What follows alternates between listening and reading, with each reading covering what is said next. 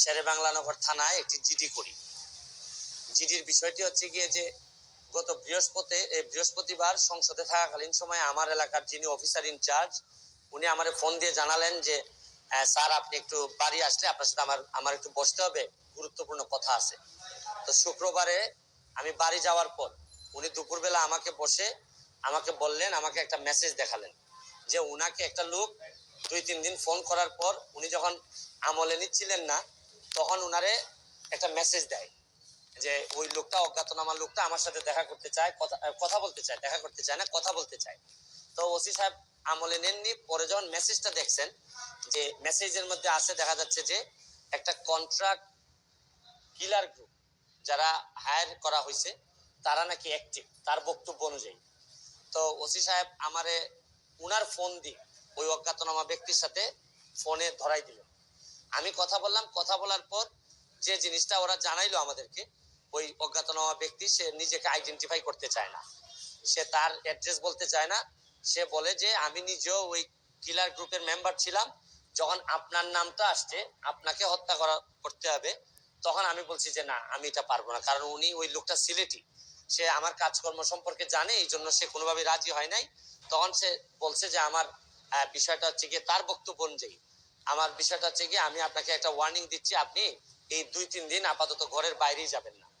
তো এটা শোনার পর আমি নর্মালি এর আগে অনেকবার আমি মৌখিকভাবে বা আমার পিএস এর মাধ্যমে বিভিন্নভাবে আমি থ্রেট পাইছি, এগুলো আমি আমলে নেই না, কারণ এগুলা সামনে বললে একটা প্যানিক তৈরি হইতে পারে, এই জন্য আমি কখনোই সামনে নিয়ে আসি নাই। এইবার যখন আমার এলাকার ওসি সাহেবের মাধ্যমে আসছে, তখন আমার কাছে মনে হয়েছে যে মানুষ যখন কখনো কোনো ওসিরে নর্মালি তো কেউ ফোনই দেয় না, তার উপর যখন সে এইরকম একটা মেসেজ দিছে, তখন আমার মনে হয়েছে, আমার এখন মনে হয়েছে যে সিরিয়াসলি একটা পটেনশিয়াল থ্রেট, আমার এটা অবশ্যই আমলে নিতে হবে। তো এই জন্য আমি ওই দিন, পরের দিন সকালে আমি ঢাকা চলে আসি, সংসদ ভবনে চলে আসি। এসে আমি এর ভিতরে আমি পুলিশের ঊর্ধ্বতন কর্মকর্তা যারা আছেন তাদের সাথে আমি কথা বলি।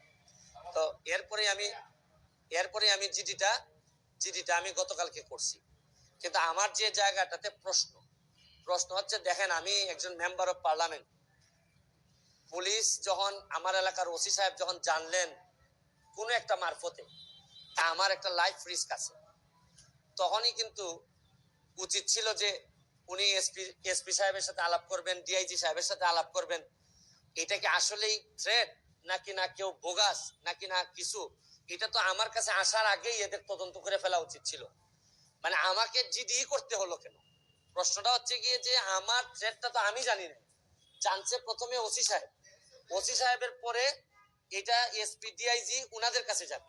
আমি জানার আগেই ওনারা আমাকে পরে জানাবেন যে এই থ্রেটটা যেটা ছিল এটা রিয়েল অথবা ফেক। উনারা আমাকে বলছেন, ওসি সাহেবের যতটুকু ব্রেইনে ধরছে উনি ধরছেন, আমাকে বলছেন, আমাকে জিডি করতে হয়েছে। আর আমার নিরাপত্তা তো এখন আমার নিজেরই দিতে হইতেছে। এখন রাষ্ট্রযন্ত্র, আমি এটা বুঝলাম না যে এই রাষ্ট্রযন্ত্র আসলে কি আদৌ আমার বাঁচায় রাখতে চায় কিনা।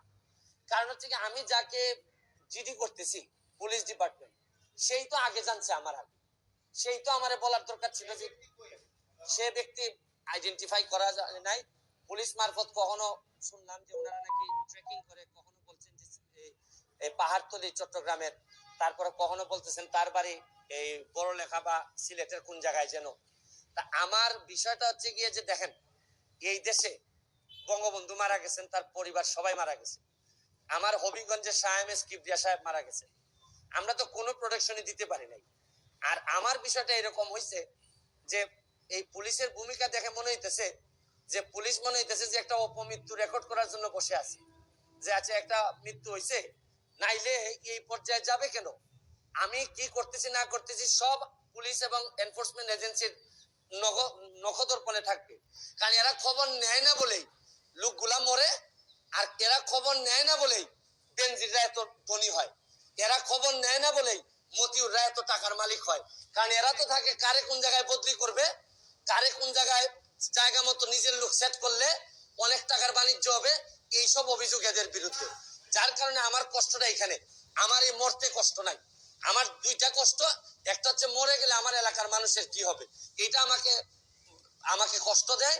আরেকটা হচ্ছে গিয়ে যে এই দেশটা এমন ভাবে মরার জন্য ক্ষেত্র তৈরি করা হয়েছে, যে আপনি দেখেন আজকে আমার সকালবেলা আমার মেয়ে আমাকে বলে কি জানেন, কোন দেশে আছি, আমার মেয়ে আমারে বলে তোমাকে নাকি থ্রেট দিছে কে, সে আমেরিকাতে থাকে, বাচ্চা মাত্র বয়স 11। আমি বলছি হ্যাঁ আমি তো গুড ওয়ার্ক করি, এই জন্য ব্যাড পিপুলরা আমারে হুমকি দিছে।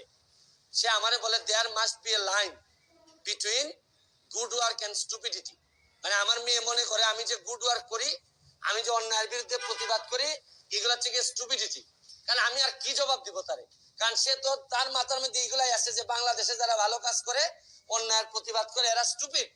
কিন্তু আমার মেয়ে অল্প বয়সী মেয়ে, আমি তো বুঝাইতে পারি না যে আমার জন্ম এই দেশে, এই দেশের মানুষের কল্যাণে আমি কাজ করতে চাই, কারণ আমার রক্তের মধ্যে এটা আছে, আমি করবো কি এটা।